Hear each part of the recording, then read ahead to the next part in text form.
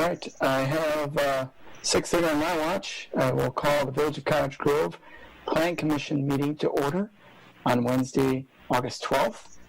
We are running this as a Zoom meeting due to the COVID-19 pandemic. And if you look at the agenda for those that are in there, you can see a link there for the Zoom meeting, as well as there's a dial-in for audio. So with that, we'll do a roll call, and Lisa will take over for that. All right. Brinkmeyer. Here. Broom. Justitian. Here. Ratcliffe. Here. Sale. Here. Schultz. I think he's going to be a few minutes late. And Williams. Here. All right. All right, thank you, Lisa. Again, the meeting is being recorded, so any chats or anything spoken or the video will be captured, so just to let everybody know that. We have a quorum, and the agenda was properly posted, so we'll start with the Pledge of Allegiance.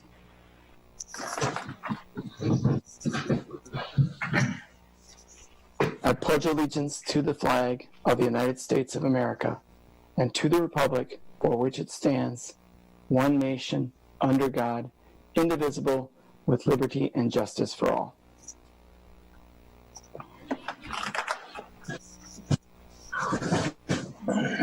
Item 4 is public appearances, public's opportunity to speak on any subject that is not a specific agenda item. We do have a few folks that would like to speak on a couple of the items as we go down there, but I'll pause, and if anybody wants to chime in, please state your name, where you live, and certainly obviously talk about what you want to cover as well, and then please do that within 3 minutes so we can give everybody a chance to speak if that's. So I'll pause now. Hi, John. I can go first. All right. You hear me okay? I can. Cool. So, my name is David Peterson. I reside at 1012 Damascus Trail. I'd like to speak tonight in favor of the proposed amendment to the comprehensive plan regarding the 3 parcels of land north of the Stop and Go gas station on N. Cottage Grove sorely in need of affordable housing. Further, as a parent of an autistic child, I strongly believe in moving out's mission. Their very existence gives me hope that my son will someday live on his own and be a productive member of society. These parcels, along with a handful of others in the village, have been very slow to develop, and I welcome the increase in tax revenue these units would bring to the village rather than leaving them vacant. I strongly urge the Plan Commission to approve the proposed amendment. Thank you. All right. Thanks, David. Anyone else? Yes, this is Joe Bowers. My brother and I, Jeff Bowers, would like to speak regarding item 6, the proposed amendment to the comprehensive plan. Do you want our comments now, or do you want to wait till we get to item 6? Joe, since you're already speaking, please go continue and let us know your address so we capture that, Joe.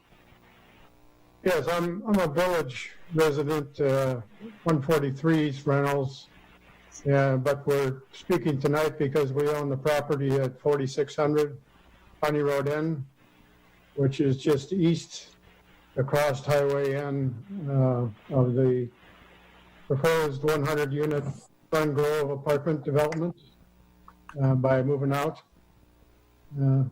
First item I want to talk about is references. We participated in the Zoom neighborhood meeting on July 8th. During that meeting, Alex Estosian requested references from moving out regarding their similar developments by moving out. What are the results of the Plan Commission's review of these references? Specifically, were the other moving out developments favorably received in their respective communities? And were the developments considered to make a positive contribution to the respective communities? Second item is traffic. The attached traffic study does not address the problem of expected amount of traffic congestion and traffic backup on Highway N and West School Road that would result from the Glen Grove development. Traffic now backs up on Highway N north from the Highway N School Road intersection past Landmark corporate headquarters. This backup will become worse with the completion of the Commons, the 100-unit apartment development and 32 condos at Gaston Road and Highway M, and become additionally worse with the Glen Grove development. I think the solution to the expected traffic problem should be to extend North Windsor north to Gaston Road now as part of the Glen Grove development, and not leave the extension to some future unknown time. And the third item is schools. How many students are expected to live in the Glen Grove apartments? What will be the impact on the schools? How much does this development move up the need for an additional school? I noticed in the Herald Independent a few weeks ago, the school district is considering a new $1 to $4 million referendum, either for November 2020 or the spring of 21. Concerned about future tax increases and maybe, even though we're building a new school now, perhaps moving up the need for another school beyond that. The bike path was mentioned in one of the attachments. I was just interested in what the latest is. When I talked to J.J. Larson some time ago, half of it's done, but the other half is still on hold. With the Glen Grove apartments, probably people would be biking down to the Commerce Park if they work down there, or perhaps walking. There is some pedestrian traffic on Highway N in the shoulder of the road now, and could be a bit of a safety hazard. And just interested in the status of that bike path. That's all I have. So I await the Plan Commission's response to any of my comments. Thank you for being heard.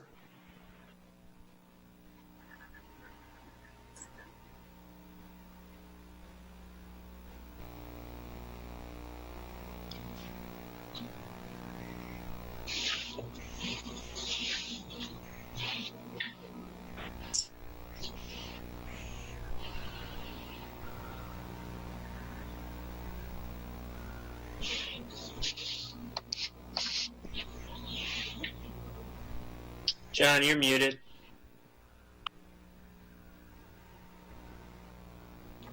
Thanks, Alex. All right, then we'll move on. This is Heidi. I have a public comment, if that's all right. Yes, please, Heidi. Okay, this is Heidi Murphy. I live at 3002 Pheasant Run in Cottage Grove.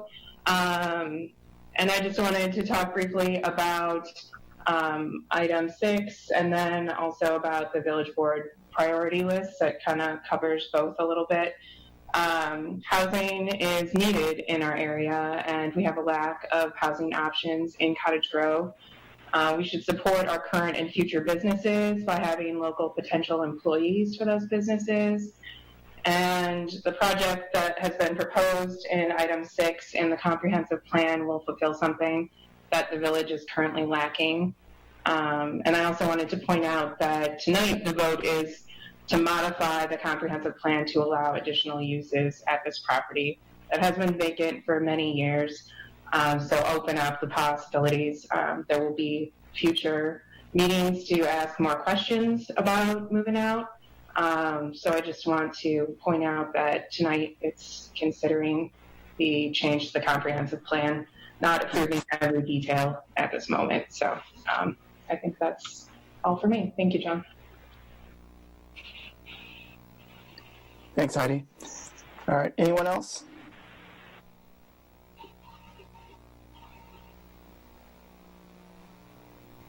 All right, then. John? Yes, Andrew. As the landowner, do you want me to address anything now or during the discussion? I had you jotted down for the discussion. Sounds good. You as well as Megan.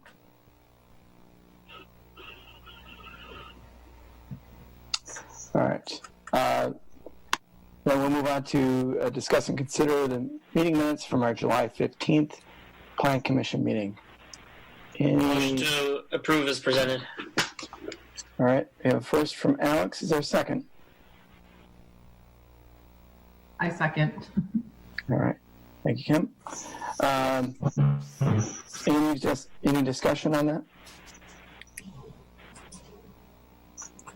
All right. Otherwise, all those in favor? Aye. Aye. Aye. Aye. Anybody opposed?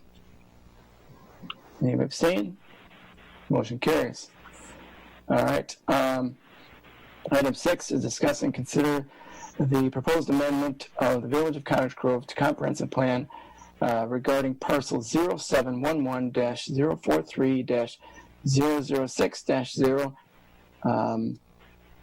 and 0711-043-0017-3 and 0711-043-0028-0. So those are all three parcels right together, right next to the stop and go on Main Street or Highway N. And I think at this point, certainly, Andrew, you had indicated you wanted to speak. We can do that before going through the traffic information and other information related to this particular item. Right, I think I'm unmuted. Good evening, everyone. I'd just like to speak a little bit about the history of the project in the first edition of North Lawn Estates. Go back in time a bit. In the mid-1990s, in 1995, we expanded our North Lawn Estates subdivision northward into the 41-acre property known as First Ave to North Lawn. And at that time, we had submitted a plan that had housing along the frontage on Highway N, as everything else in that time frame was developed to the south, and it was consistent with the plan at the time. And when we came in, we were asked by Rhonda Cosda, the then village president, and her board and plan commission to try business along this frontage. They wanted to try something here, and we had been an active, involved component in the community for years, and said, okay, we'll give it a try. And so for 24 years, I've done that. But I feel like maybe, the experiment has not worked as well as we'd hoped. The corners have developed. We were fortunate to get stop and go and to get the daycare center. But the corners are far different than the off-corner lots. And in those 24 years, I hate to admit this, but we've had one business that came and approached and was considering developing on those lots. Was Headquarters. Many of you are probably familiar with that. They came in twice, and neither time came to fruition. There were conditions that just kept it from happening. But in all those 24 years, that's all I've had. I've had 3 different types of business zoning. It started as B2 Highway District zoning. It was changed under the guidance and advice of Vanderwall and Associates to neighborhood office and neighborhood business, a little smaller scale type zoning. And we marketed and promoted and tried under those types for a long time. And then most recently it was transitioned to planned business. And we've continued to market and maintain and attempt to sell these parcels for those purposes. And had no success. So the agenda item that's on the table this evening opens up the opportunities for different types of development on these parcels that I think are important. And we're at the dead end of North Windsor Avenue. It was designed wide. It's a 36 face-to-face, or it may actually be a 40-foot face-to-face, I think. The street was designed to accommodate, the utilities were designed to accommodate this project, but we're not specifically identifying this project and asking for approval on it this evening. We're asking for an amendment to the comp plan that allows us to take one more step forward in this process. And so I would respectfully ask that the commission consider doing that so that we can try to put some value on these lots after 2.5 decades. I'm available for any other comments or questions. Thanks, Andrew. Appreciate the background and the history. Is Megan on? Yep, I'm here. All right. Thanks, John. My name is Megan Schutz with Moving Out. I actually have been on the past few of these meetings, but wanted to echo that we're focused on the comprehensive plan amendment for this meeting. I just wanted to make myself available for questions or comments and reiterate what Heidi had noted, which is we are obviously going to be moving through additional processes if this does pass tonight, and are open and are always open to addressing questions and concerns for any of our developments. So I don't think I can add anything that Andrew didn't just already cover or that isn't covered in the traffic information that's being shared, but wanted to note that I'm available for questions or if needed. Thanks, Megan. Any questions for either Andrew or Megan at this point? And again, the item or the agenda is both Heidi and Megan indicated is a change to our comprehensive plan. And that is it this evening. John, I have a question for Aaron. Please go ahead. Sure. And I'm blinking my video because I'm having connection issues, so I'm trying to save a little bandwidth. Aaron, just a process question. The agenda has 3 parcel numbers, but the proposed amendment, I think, is discussing 4. Is it 4 or is it 3, or am I not reading something correctly? Yeah, that's a good catch. I guess it did have that 4th parcel to the south. We've kind of been focusing more on the top, the northern 3.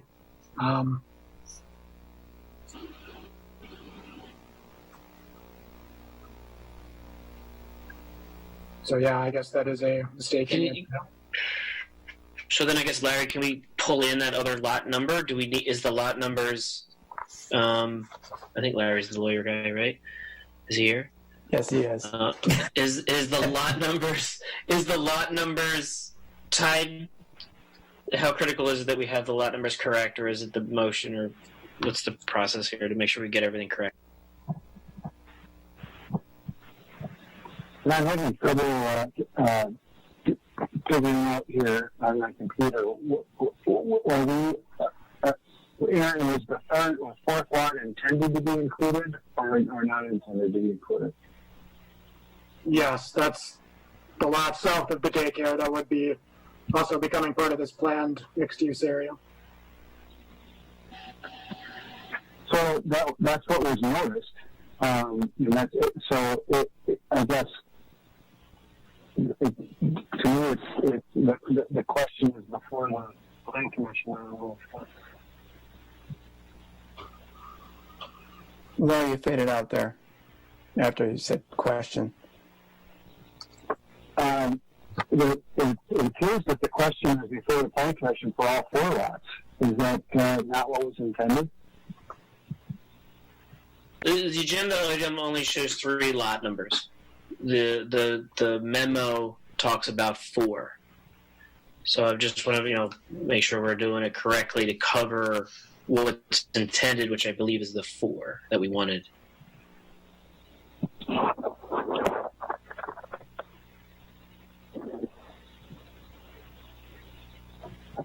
And I'm okay either way. I mean, we can add it to next week's agenda item to catch the 4th. I just want to make sure we're following the rules. That's all. Sorry to bring it up. No, it's a good catch, Alex.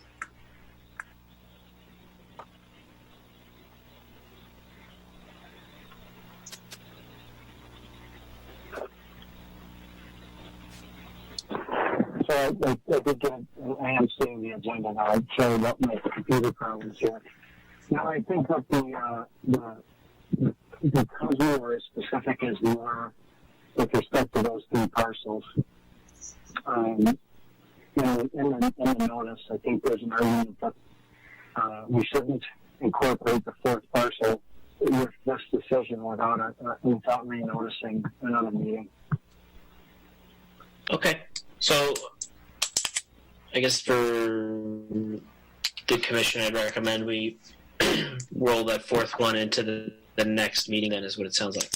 We still should take action on these three. That's what it sounds like. The proper way to run this. It's noticed that way. Yeah. So, but good catch. Other questions for either Andrew or Megan?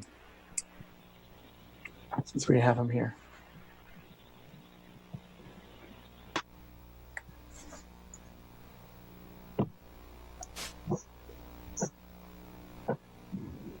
All right, then, Aaron, do you want to kind of walk through this? And before I forget, I'm going to mention real quickly, we did have a person submit a submittal form who, Stephanie Blazer, she's at 3023 Morning Dove in Cottage Grove.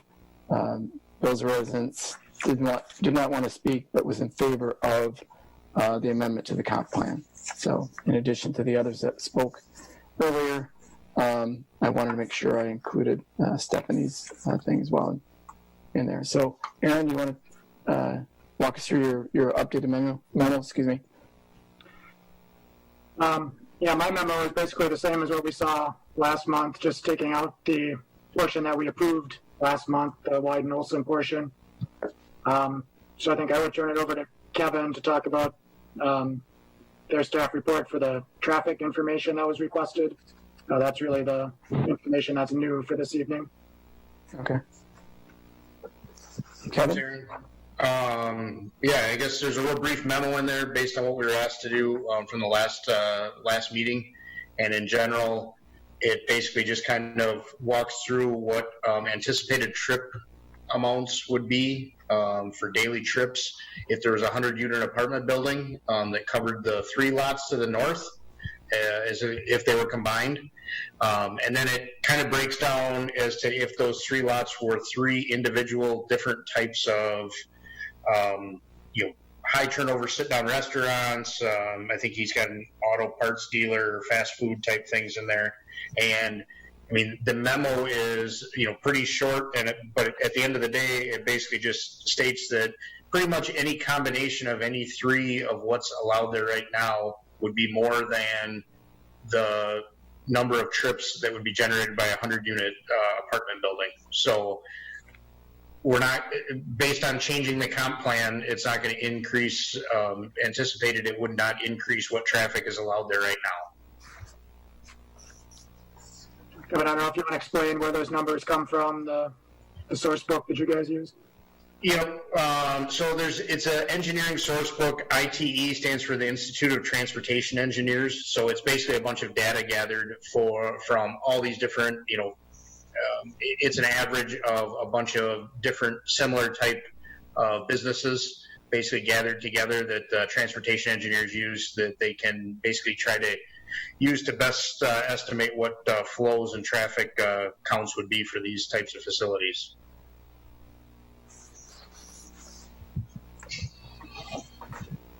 All right, any questions for Kevin? Does that take into account the size of the community and things like that? Are there different? There's some of that in there. For the most part, it takes part of the business, but yes, there is some of that. Like if you're in a Chicago style compared to a smaller municipality or something like that, there is ranges of that kind of stuff in there as well. Okay, so this is more the smaller community and not Yep. Chicago. Okay. Yep. Thank you. Other questions? All right, and then I'll open up to the commission if there's comments or a discussion or even a motion for consideration on this particular item.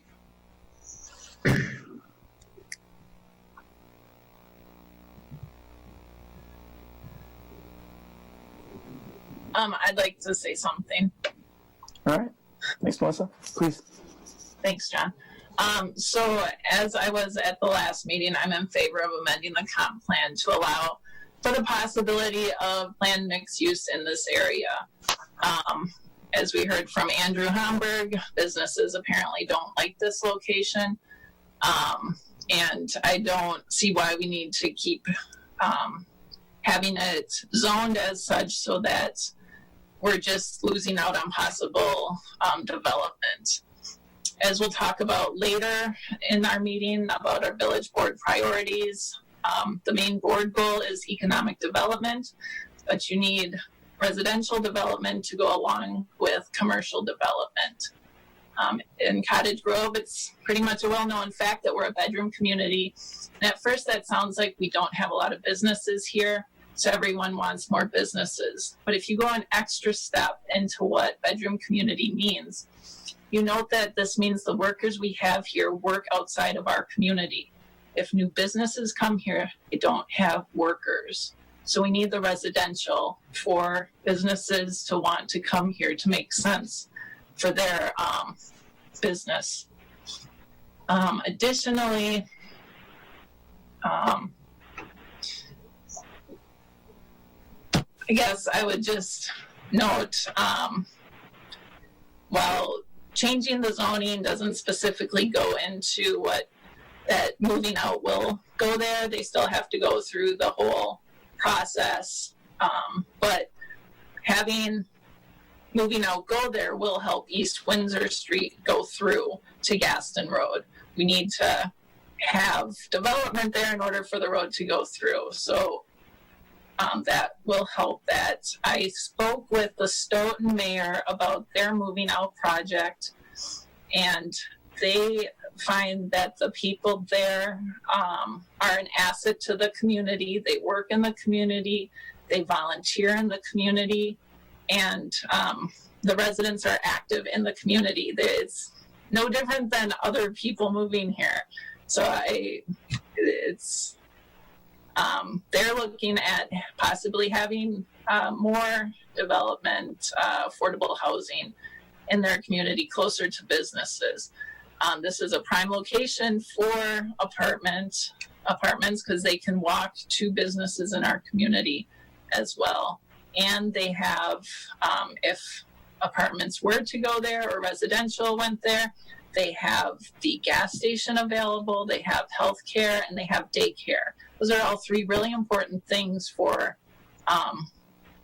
residents, for people living there rather than businesses. So I am in favor of changing the zoning, and hopefully that will help development come and help our tax base. And one more thing with Mr. Bauer's comments. As far as students, the school has planned for our development. If we don't keep bringing in students, then it raises all of our taxes because their projections will be off on what they're expecting. So I guess that's my comments for now. All right. Thanks, Melissa.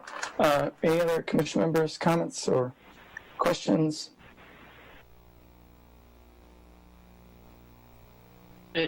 John, I guess I have a comment. Yeah. Please, Alex. Actually, I'll just, well, we can do the comment now or comment later. I'll do it now.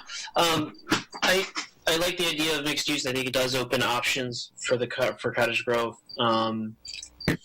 for those areas. I drive around Cottage Grove and I like the look and feel of like Old Town, like where 1855 is, and those types of projects. I'm very interested. Is the big difference between, I think, Stoughton and Cottage Grove is the size of our community. We're about half the size. So projects that bring us full tax increment is really what Cottage Grove needs to be focusing on, because as mentioned, taxes are a concern for us. With the referendums that have been passed in recent history, it's going to increase.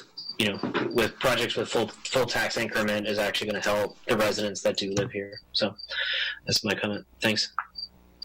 All right. Thanks, Alex. Any other commission member comments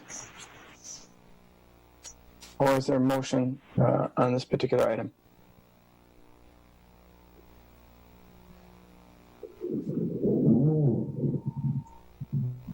I would make a motion to recommend the amendment to the Village Cottage Grove Comprehensive Plan regarding parcels 0711-043-0006-0, parcel 0711-043-0017-3, and parcel 0711-043-0028-0. All right, is there a second? I will second. All right, thank you, Melissa. Thank you, Don. Any further discussion? John, just one piece of additional information. Aaron and I can't get into the details because it was a confidential conversation, but there's a developer to the south of this property that is looking at development that would extend Windsor Ave. So just wanted to share that with the group. No guarantees, of course, but the combination of these two projects could help with that. All right, thank you, Matt. Yeah.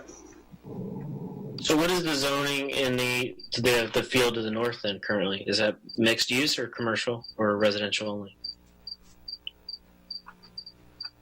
The zoning is planned business. It's in the comp plan as part of the mixed-use neighborhood to the north.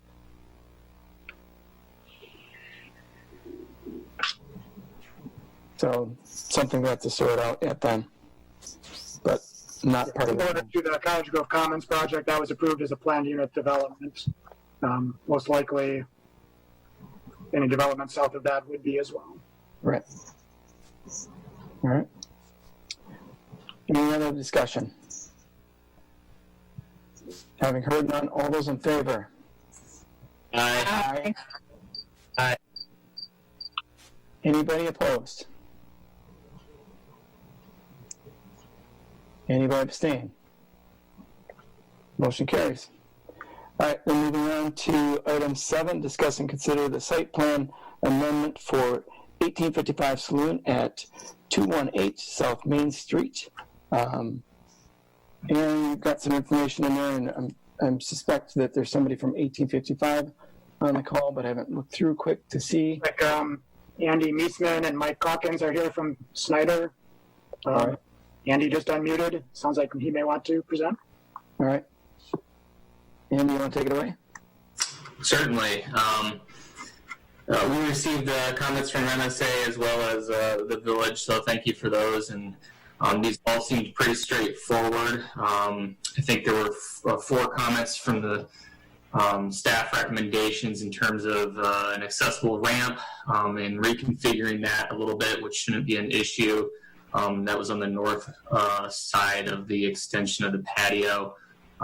There was also a few comments regarding swapping out some tree species, removing the crab apples, which also shouldn't be an issue. And then just some detailed information around curb pickups and ramps for the parking and fleshing out the details there. So this was pretty straightforward. We're still working with getting the lighting plan diagram set up to facilitate any comments that we received from Kevin from MSA. So that about sums it up right now where we're at in the process. And I believe we're going through some finer details right now with stormwater and figuring out all the necessary reports that we need to compile for that right now.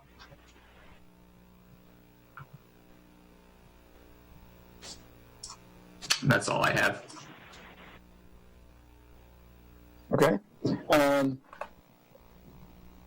Aaron or Kevin, you want to talk about your memos?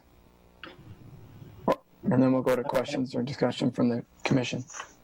Yeah, Andy kind of went through all my comments already. They were fairly minor, and they do sound like things that can be adjusted pretty easily. I mean, overall, I think it's a great idea, especially right there next to the bike path. I think it'll be a real asset for the area. Yes, I can pretty much mimic what Aaron and Andy said as well. Andy kind of went through them. We had some very basic comments, nothing that really can't be worked through.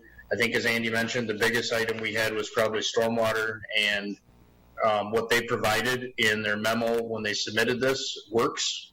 But basically, they just need to verify that the soil has the infiltration rates that they had in their memo. So if they do that, from what I understand, everything works, and the other items were very basic in nature. All right, thanks, Kevin. Any questions from commission members?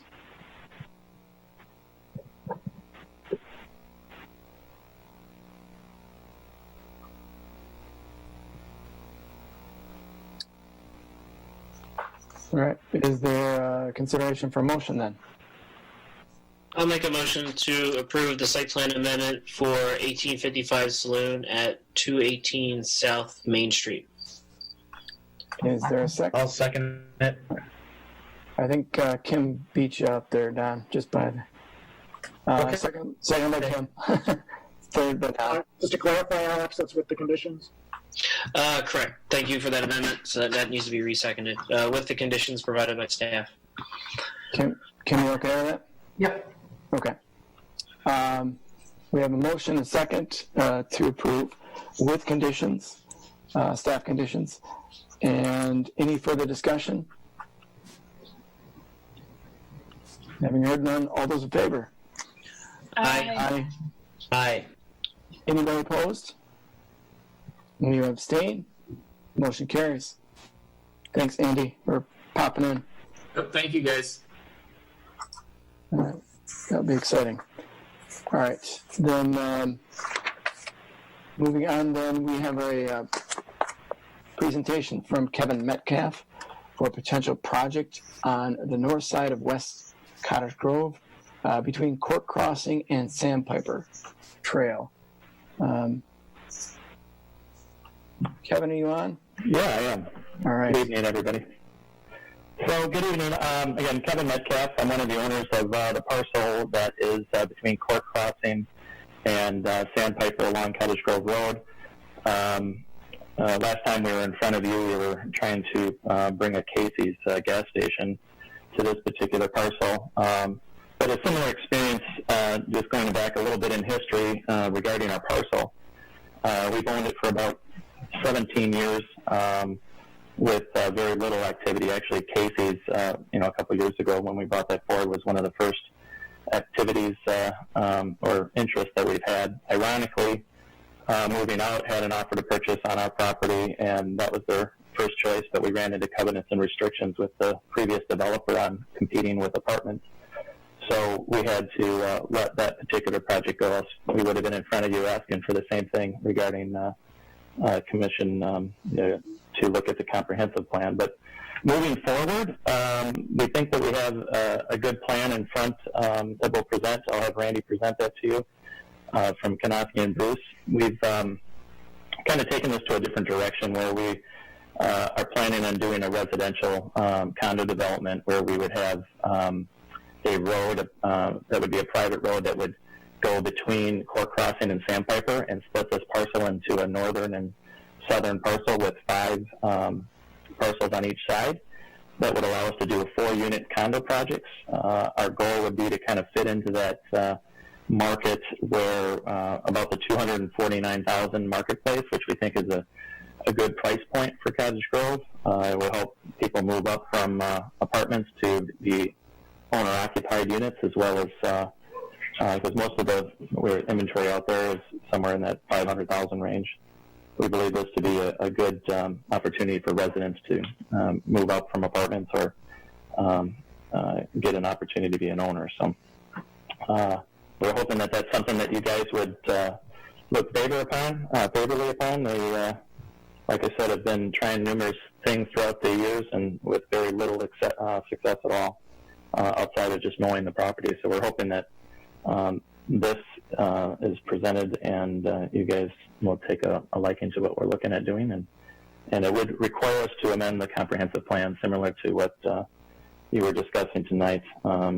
It's been zoned commercial, but we were hoping that we can do a residential development. So Randy, I don't know if we can share that plan that does Randy have the ability to share? Yeah, you should be able to. Okay.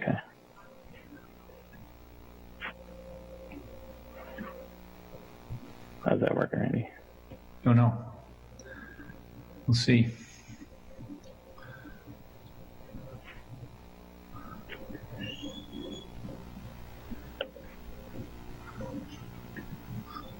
Sorry, guys. It's a new world with all this stuff, isn't it? I'm gonna pull it up if I can do it here, Randy. I don't know if that's okay. Possible. We can see your screen, Kevin. Okay. So, Randy, if you want to go ahead and discuss this, this is, again, the parcel. You have Sandpiper on the right and Court Crossing on the left, as well as Cottage Grove Road around the front, and then the proposed road. We just see the files, I think, right now. Oh. So maybe another click. All right, I pulled it up on my computer here. Let's see. Use those sticky fingers. Or if you got two screens, then maybe you're showing the wrong screen. Good. There may be a different. There we go. How about that? Let's try this.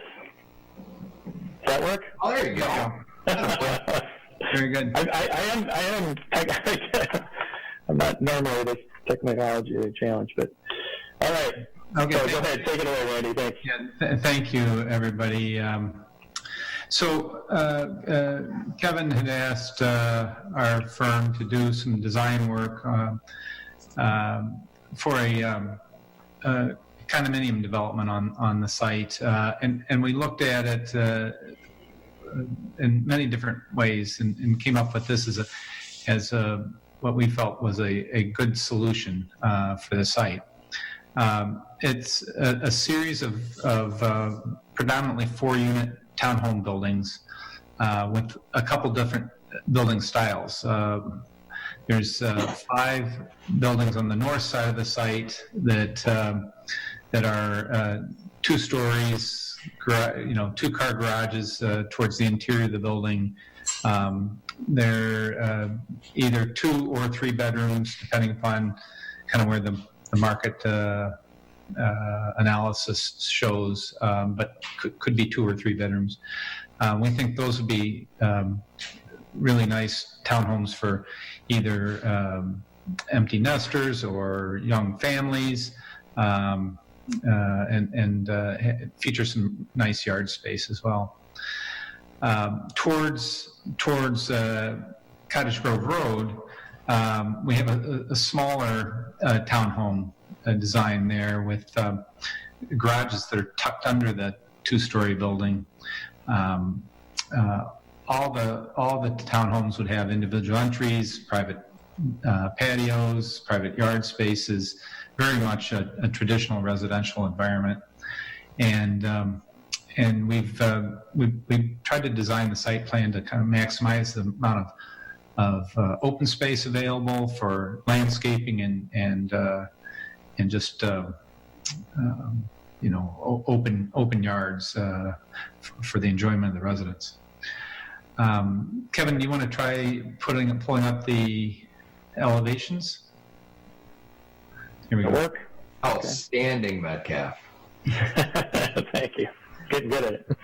So here's just some very quick studies that we did on what the buildings could potentially look like. We're so early in design, I don't want to commit to anything yet, but these I think are a good representation of the kind of direction that we're going.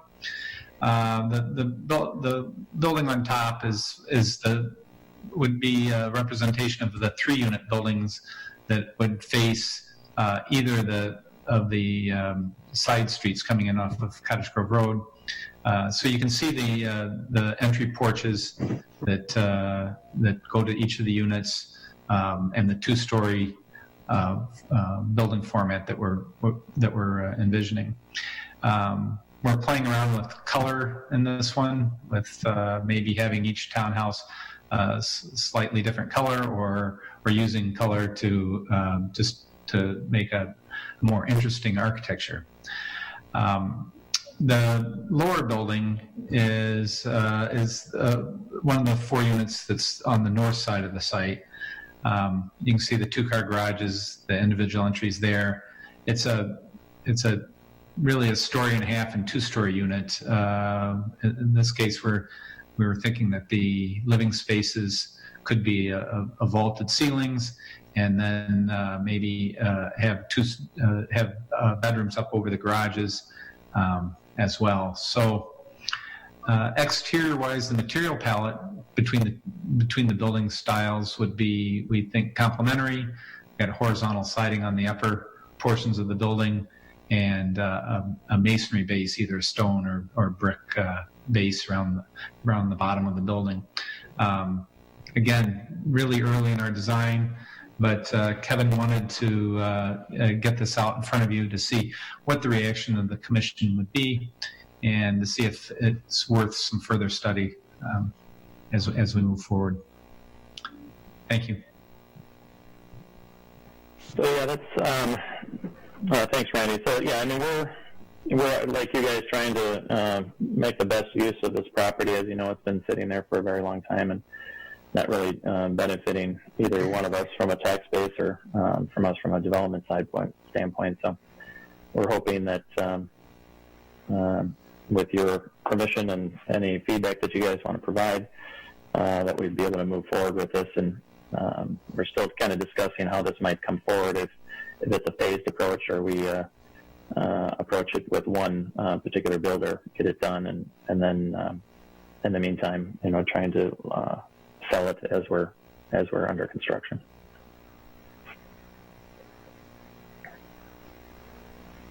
All right. Thanks, Kevin. Thanks, Randy. Any questions, comments from the commission?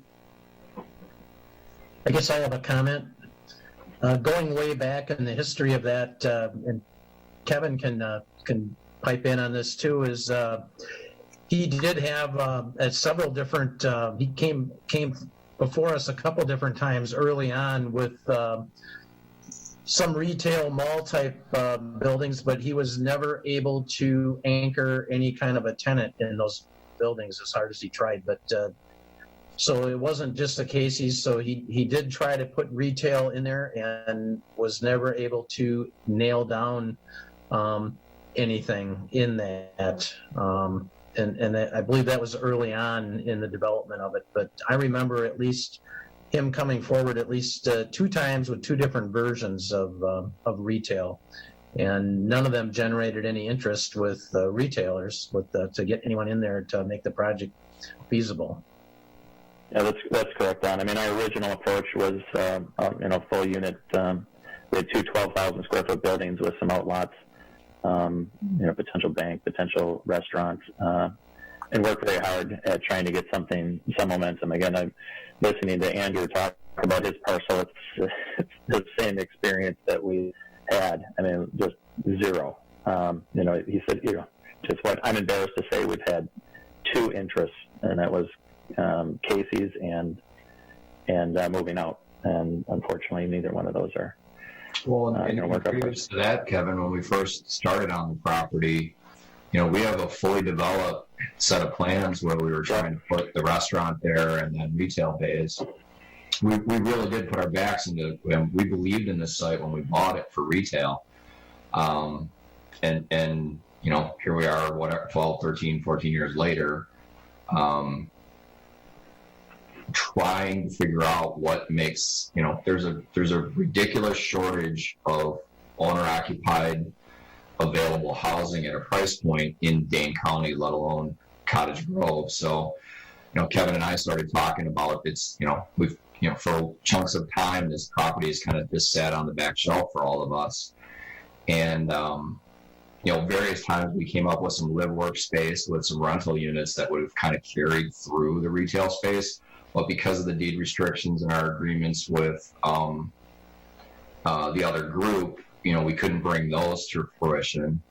And so when Kevin approached me and said, "Hey, John, what do you think about this?" I've always been a fan of the market. I think Cottage Grove is a great place. And when I looked at the site, I said, it feels like a really nice place to put starter owning. The front of the property's, starter level, owner-occupied housing. The back of the site is clearly empty nester or small family kind of space. And once Randy kind of came up with this, I really got committed to say, let's show it to the folks in Cottage Grove and get their feedback, because I think it's a good use of the site. It puts owner-occupied housing in Cottage Grove. It takes a site that's sitting there growing grass right now and puts it back on the tax rolls. And it's a project I know that Kevin and I would be proud to put in place. So that's kind of what led us, to bringing yet another project before you for this site with a level of enthusiasm for it that I think this is the right time and place for a project like this. So that's kind of why we're asking for the stretch to look beyond the comp plan and where we've been with the site and see if you think this has any legs. And Kevin and I will take the honest feedback for it. If it doesn't have legs or it doesn't make sense for the city plan, we get it. Just because we think it does, doesn't mean a lot.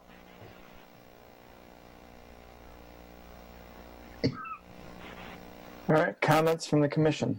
I guess the comment I'd make certainly is it does fit a gaping hole in as Kevin noted, in the housing across Dane County as far as this particular point, whether it's empty nester, young small family, single person that wants to jump up from renting. It does fill that bill. The only other comment would be the possibility of duplicating the units on the north to the south, so it'd all be four-sided type condo. We went through that debate internally, and I love the feedback, because I was kind of swimming upstream because I like the diversity of product. I like the idea that like the central units in the 4-unit row houses are going to be at a different point with a different kind of person, and it will add some diversity to the property and some price point diversity. So that's kind of why I kind of argued a little bit with Randy and Kevin about let's see what this looks like. And it seems to me that on Cottage Grove Road, that row house looking building makes sense to me on that arterial, and then the bigger, more comfortable buildings as far as space and yard goes seem to make sense. But again, I'd love to hear your guys' thoughts on that. Yeah, just kind of thinking out loud but I know on Milwaukee Street across from Homburg's offices, Viridian has built some a similar type buildings of what you're talking about along BB, and they look nice, and so it's just thinking out loud. We love the feedback, because again, this is early on, and we're having the same discussions internally. It'd be a lot easier to build all similar buildings. Alex here, I have a comment. I think it does have merit. I think Artisan Square is right down the street, and that's living right up against Cottage Grove Road. So the sort of the concepts of having this commercial space and now changing that over to residential living, it doesn't not fit, right? I mean, there was the vision, and then this is here. I guess some of the things to think about is with a lot of the strategic planning, a lot of the developments that get put in, I think you even just mentioned it, like green space. So what is I don't want to say drop this to your minimum number of units that makes your project work, but what type of green spaces or additional amenities could be provided for this community? Basically, you're building this micro community right here. Cottage Grove Road is a busy road, so we definitely want to steer the kicking of the ball and the throwing of the ball, towards your proposed road. But just something to think about and consider as you continue to put pen to paper here. But I think it's an interesting concept. It looks good. Yeah, your comment regarding some of that playing in the yards, that is the one thing that I like about the row houses, where we were able to turn them and actually have back-to-back yards. So, a fair amount of green space in between some of those center units that created a lot of that, where as opposed to, any of these units, we could have turned them where they some of them are facing Cottage Grove Road, but to your point, then, that may cause some issues. So we thought turning these sideways or perpendicular and then having the, kind of back-to-back yards created more of that green space up front, which we felt was important. So, the interior courtyards that it creates between the row houses in those sections, and then the smaller buildings on the corner lots create kind of a protected yet active green space for 8 units to have that area and still feel like no matter how you're using it, you're bounded by front doors all looking at you, and you're keeping yourself inboard of Cottage Grove Road. Every other time we've tried to turn these units around, you end up with big chunks of the usable space being right up against Cottage Grove Road.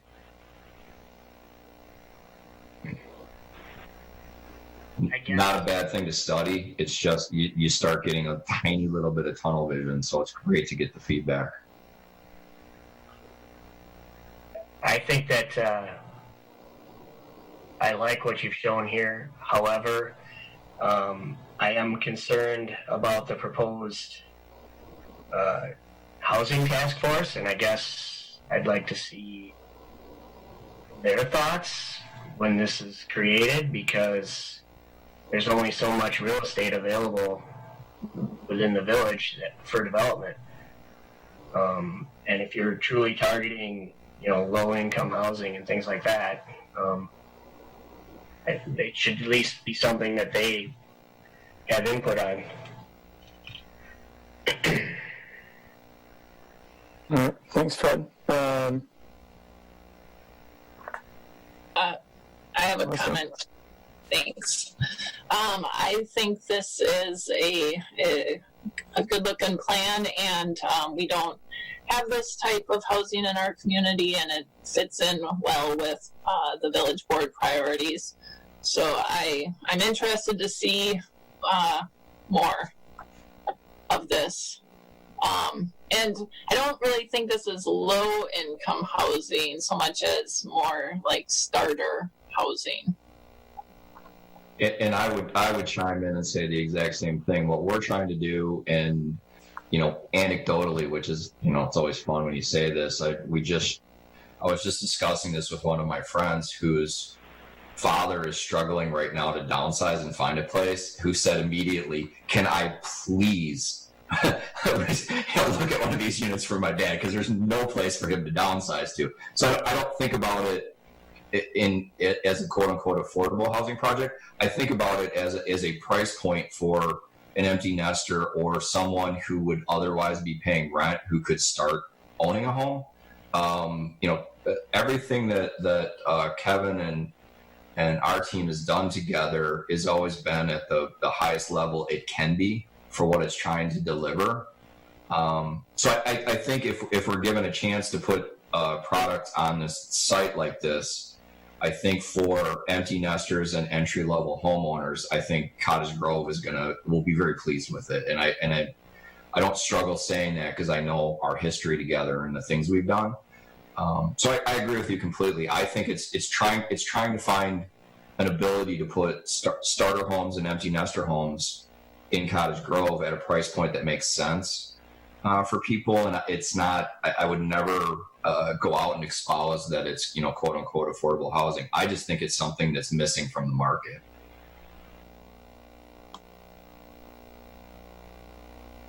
I mean, you can chime in, Kevin, if I ran on too much there.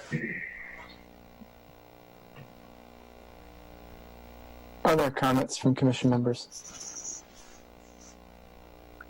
I guess the market drives what occurs, right? I mean, you could kind of want to build, or when people come, they come when they're ready. And it seems like the number one priority for the village is, village economy and economic development.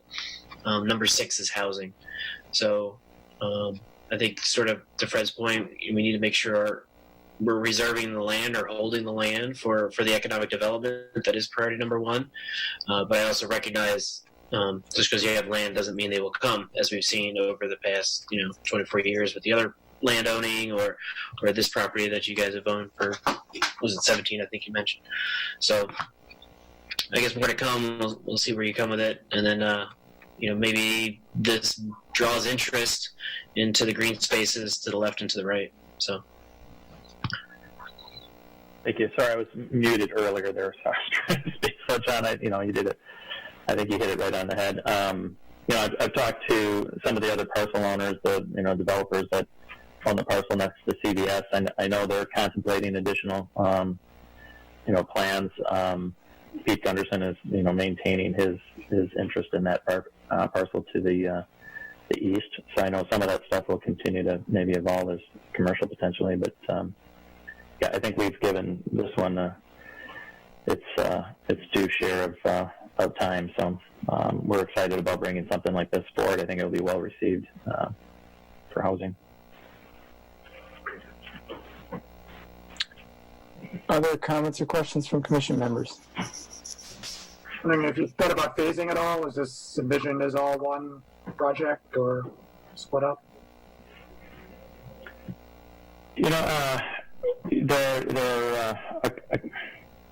We really haven't talked through it. I mean, we're hoping to get some feedback from you whether or not this was something that you guys would all consider. Ultimately, some of the construction costs have doubled recently due to the pandemic, and so we have to kind of sort out, when's the best timing to maybe put this together. John and I have talked about, going with one contractor and just knocking them all out at once. There's obviously some savings in that. The safer bet would be to do maybe a combination of each type of unit and start out and see how that's phased in. But John, if you have some other things you want to add to that, we've talked about phasing it in. We're not 100% sure yet how we're going to.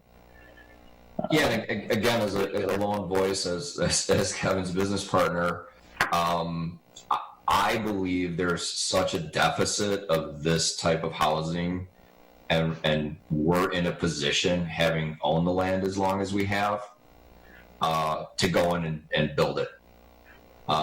It will take some consideration. Kevin's far more intimate with the restrictions and the land restrictions and the battles. If internally we can figure out how to have some right for some little period of time to rent some unsold units to maybe make it a softer landing for us if I'm wrong and we build it all and we only sell half of them out of the gate. But those are things that once we have some direction, we will work through. Again, my voice on it is I think the most economies of scale, and I think the current world we're living in right now and the absolute deficit of quality housing at a price point would dictate that we go in and just build it. But that comes with some caveats. That's what I'd like to see, to be honest. My 2 cents. What are the price points again? I forgot what you said in the beginning. I had mentioned $249, basically a $250 Okay. price point.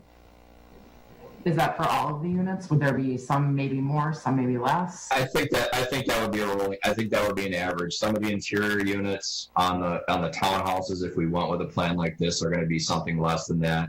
And I think the back units with the bigger yards and butting the duplexes are going to be at a little bit higher price point. And those will probably end up being 3-bedroom units, so they would demand a higher price point. Our goal would be to try to keep them under. Even the most expensive units want to be under that WIDA, $293,000 or $4,000 price point, where a first-time home buyer can get help and get a WIDA loan to get into them. And then again, one of the reasons I sort of argued for the diversity of product is to make sure that some of these interior row house units get to be a price point where, with property taxes and with condo fees, it would still be a better financial situation for somebody than renting a comparable apartment. So, I mean, that's our goal right now out of the gate. Once pencil hits paper and the realities of some of it happen. But right now, our design goal and our development goal is to hit that continuum on the price point. And then, like I said, the reason we presented you instead of all the similar ones was to try to get some units that were going to be at a lower price point. Okay, thank you. John, I just had a quick comment about the housing task force, just to give some context to that. It's going to take them about a year to produce their deliverable, which is a housing report that is comprehensive in nature. So we anticipate that being at least a year, and we're probably a month plus away from it, even from the first meeting even happening. So just wanted to give some context to that, because that'll be a ways away yet. Yes, thanks, Matt. Other comments from commission members? Ideally, when would you like to start? Yesterday. I was hoping everybody'd laugh a little bit. It feels right now, and I hope everybody agrees, that with where interest rates are at right now, and in the world we're living in currently, and the deficit of this kind of product, it seems like the faster we can make this a reality, the better it will be for everybody involved in it. So, I mean, again, and I get like that, so I'll shut up for a minute because I talk too much, and I'll let Kevin talk about that a little bit. I know that's, and I think the goal would be is to start immediately. I mean, presenting tonight was obviously just to get the overall pulse of something like this happening on this particular parcel. We've before we put too much effort into pricing it out. But to John's point, I think we've got an opportunity where we can strike really quick here, and with the low interest rates as well as the housing market the way it is, that we'd want to get this thing done as soon as possible. So, based on what I'm hearing tonight, we'll be fast tracking this thing as much as possible.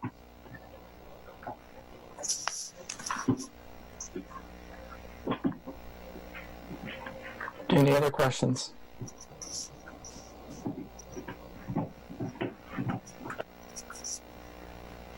One last thing on the timing of this, just because one of our partners is a mortgage lender.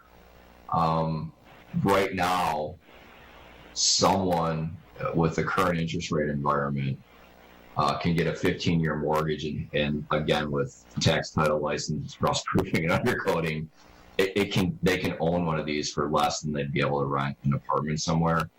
And when interest rates change, buying power goes away. So not to be flippant about us wanting to expedite it, but if we can pull off putting the product in place soon enough for people to take advantage of the interest rate environment right now, it will open it up to more people being able to achieve ownership rather than being renters.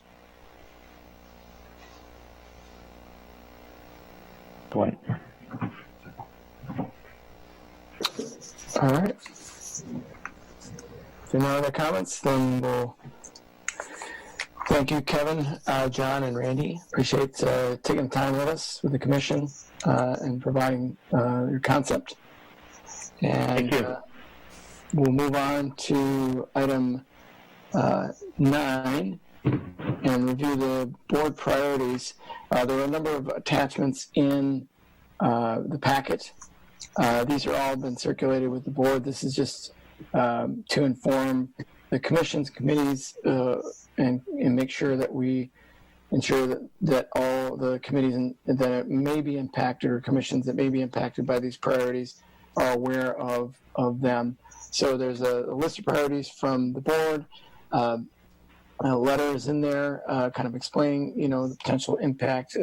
Obviously, this may impact budget decisions and other areas where there are, the board considers these when considering these priorities. And then there's the background, actually a list of the priorities and how board members rank them. Also in there is the resolution from the response to the George Floyd incident and the commitment by the board members and the police department related to that. So again, mainly to inform the commission members who might not be involved. Obviously, Melissa and I are on the board, and we have been involved in this, but we wanted to make sure that that was shared so that everyone was in the know. Any questions or comments?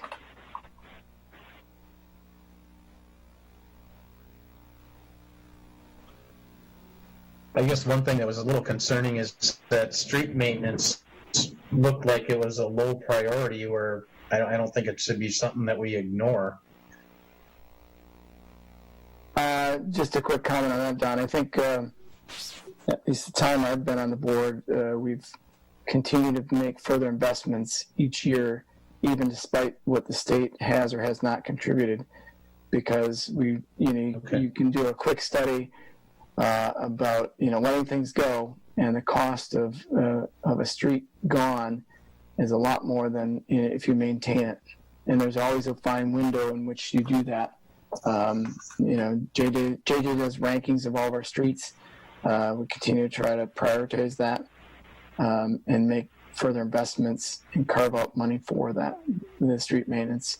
And I think that will continue to go forward. The state actually has freed up a few funds, at least last year, the year before as well, a little bit more on the street side. I don't have any thoughts on what next year will bring. I have a feeling that we'll be footing more of the bill ourselves. But that's my only comment on streets. I have a question. Okay. I just didn't want it to be something that, like you said, they get.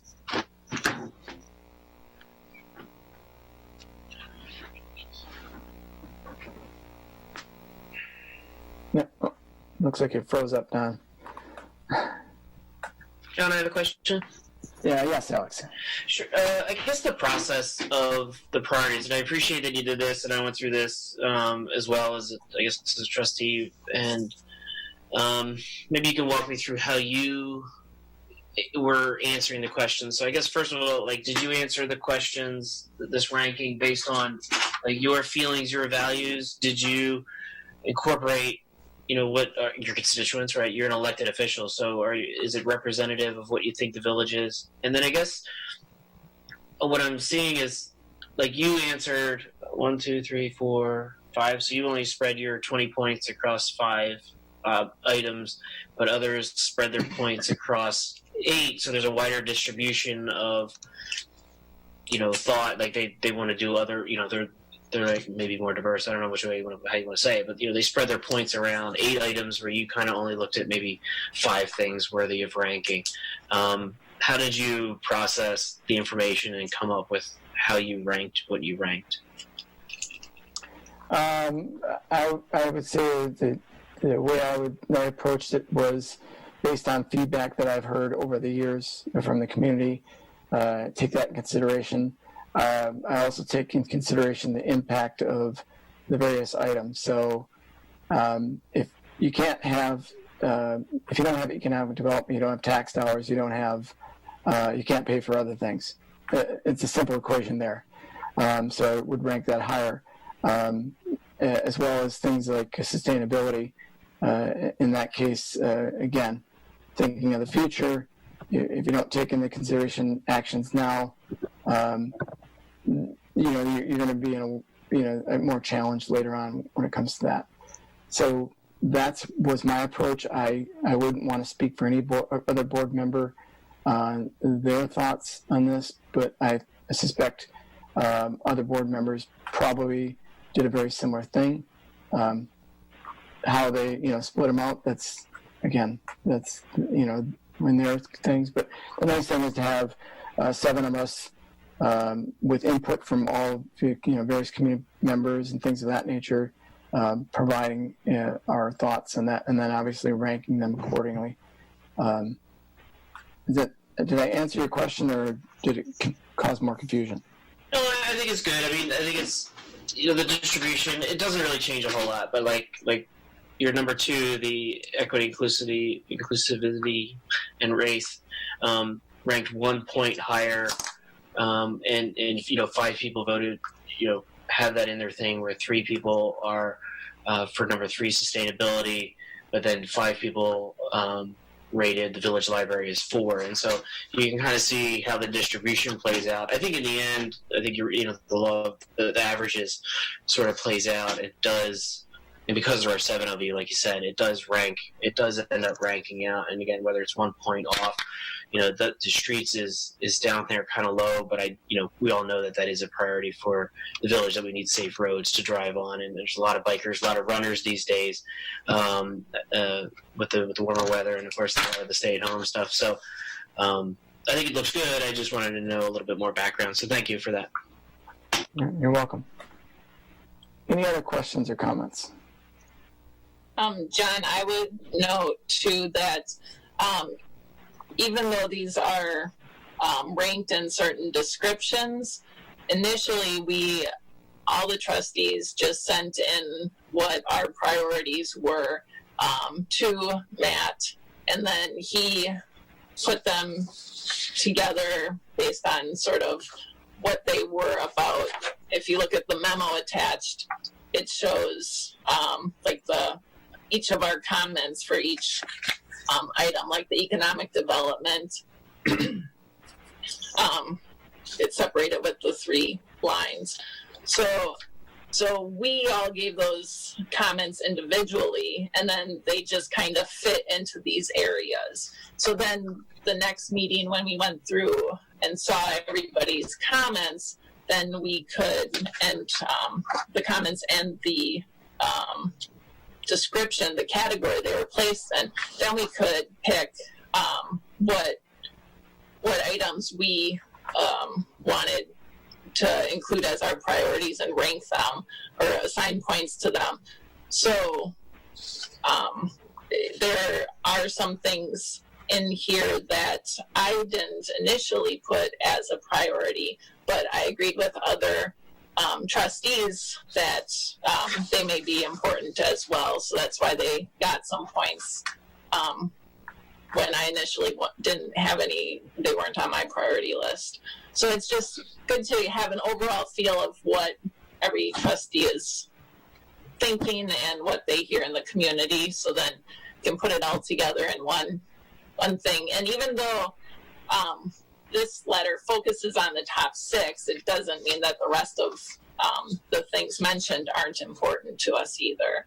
It's just when we go through like the budget and go and look at whatever's in our committees, we kind of have that in our minds when we vote. At least that's how I view it. All right, thanks, Melissa. For staff, it helps guide staff in making budget requests. So it's helpful. It's a good process to get everyone talking, and it's good for transparency. Thanks, Matt, for that. And that's the reason why we're sharing it with this commission. So we want to make sure that that is given to all of you. Any other comments or questions?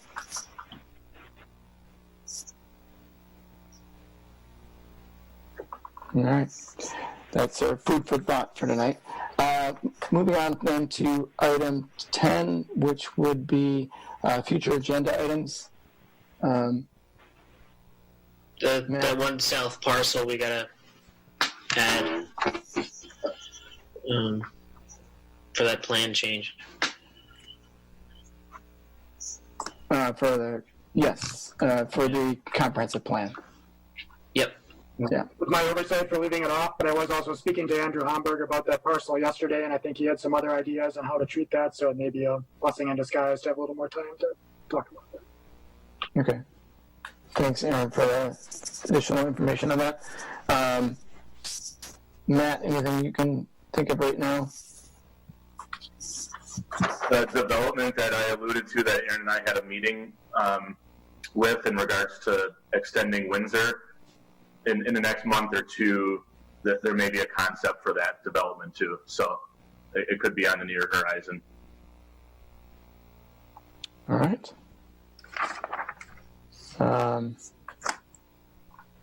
Any other commission members?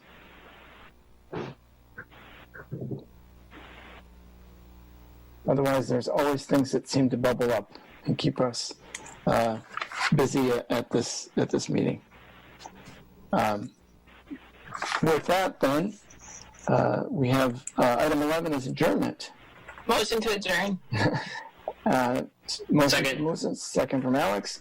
That is non-debatable. All those in favor? Aye. Aye. All right. Thanks, everybody. Have a good night. Thanks, you too. Have a great one. Thanks, you as well.